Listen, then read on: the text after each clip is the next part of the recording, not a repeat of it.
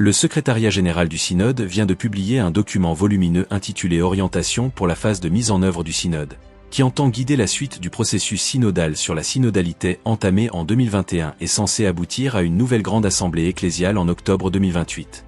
Approuvé par le nouveau pape Léon XIV, ce texte se présente comme une feuille de route pour les églises locales désireuses d'approfondir une dynamique ecclésiale fondée sur l'écoute, la participation et la coresponsabilité.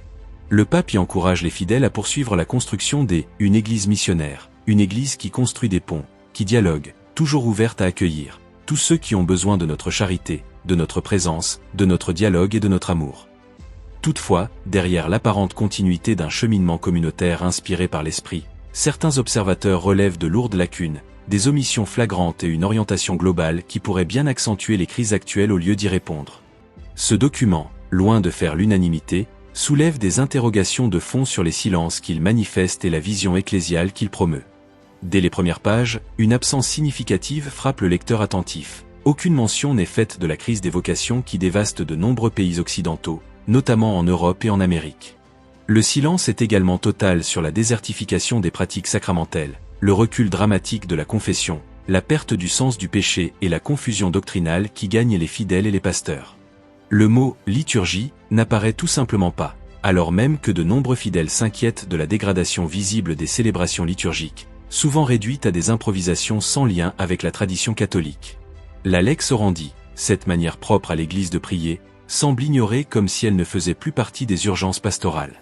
Plus grave encore, le document n'accorde pratiquement aucune attention à l'Eucharistie, pourtant centre de la vie chrétienne, qui se trouve diluée dans un langage flou et sociologique évoquant la « culture de la rencontre » ou la « communion missionnaire », sans ancrage sacramentel clair.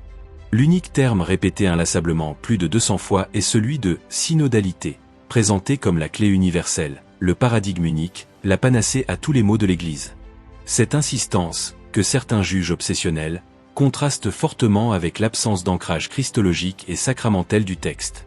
Selon les rédacteurs, la synodalité est une dimension constitutive de l'Église, et elle consisterait à mettre en pratique ce que le Concile a enseigné. Mais quel Concile ? Vatican II, certes, est invoqué à plusieurs reprises, mais dans une interprétation souvent unilatérale et désincarnée, comme si son message s'était réduit à l'idée d'un processus sans fin, sans centre, sans but transcendant. Le calendrier présenté est, quant à lui, d'une précision remarquable. Il prévoit une mise en œuvre progressive dans les diocèses du monde entier entre juin 2025 et décembre 2026, suivi de plusieurs assemblées d'évaluation au niveau national et continental tout au long de 2027. Le processus culminera avec une nouvelle assemblée ecclésiale à Rome en octobre 2028, clôturant ainsi un cycle de 7 années de consultation, de réflexion et d'expérimentation.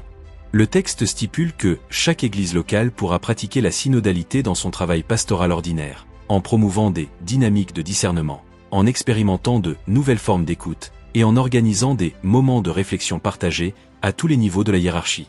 On y trouve même des dates précises pour des célébrations d'étapes intermédiaires, telles que le Jubilé des équipes synodales, prévu du 24 au 26 octobre 2025.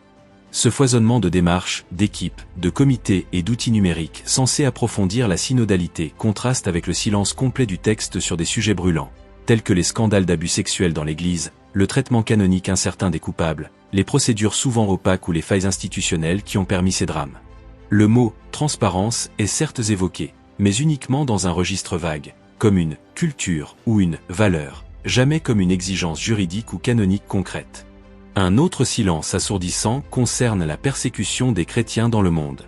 Pas une ligne n'évoque les martyrs nigérians, les exécutions sommaires de fidèles en Syrie, ou les discriminations violentes subies par les chrétiens en Inde.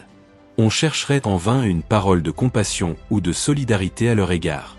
À la place, le document insiste sur la nécessité d'intégrer ceux que l'Église aurait laissés à la marge: populations vulnérables, personnes éloignées, milieux académiques, détenus, utilisateurs de réseaux sociaux et autres groupes périphériques.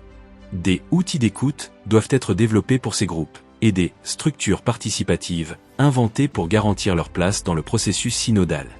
Ce glissement du témoignage jusqu'au martyr, jadis cœur du christianisme, vers une logique purement horizontale d'inclusion sociale et de pluralisme structurel inquiète certains théologiens, qui voient une dilution du message évangélique.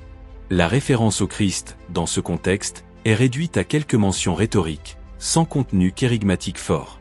Pas une seule fois le document ne fait appel à la conversion, à la pénitence, à la sainteté ou à la fidélité à la parole de Dieu. L'Esprit est évoqué comme source d'unité et d'inspiration, mais le Christ est absent du centre, comme si le christianisme pouvait subsister en tant que processus autonome, sans sa référence fondatrice.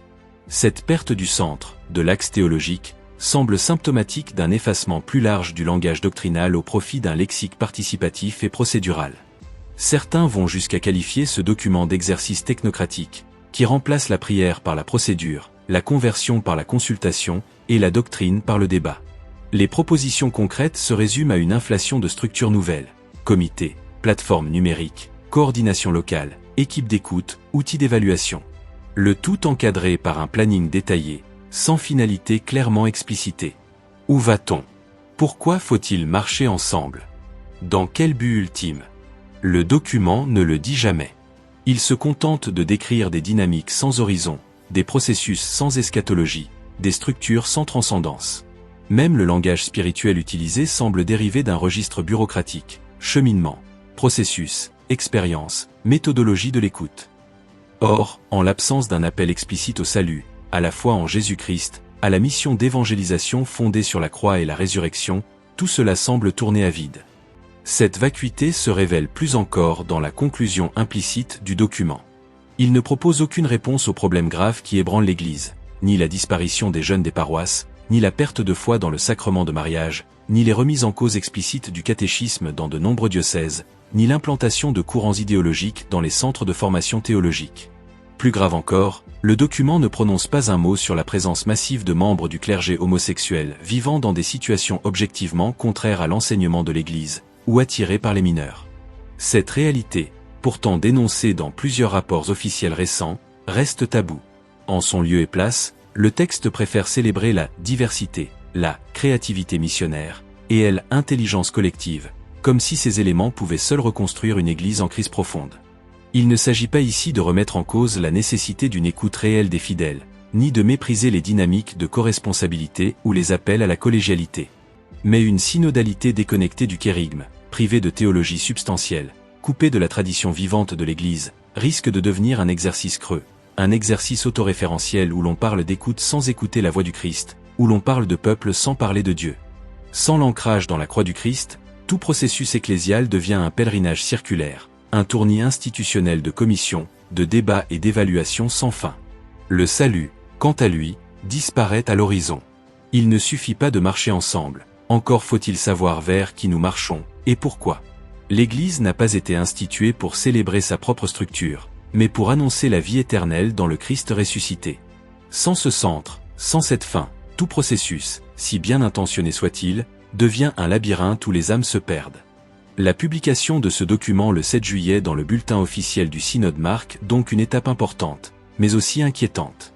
Elle révèle une Église qui semble avoir renoncé à affronter ses défis majeurs, et qui préfère s'enfermer dans des dynamiques horizontales. Il reste à espérer que les pasteurs et les fidèles trouveront, au-delà de ce texte, la force de recentrer la vie ecclésiale sur l'essentiel, le Christ, source de la mission, centre de l'Église, raison de notre espérance.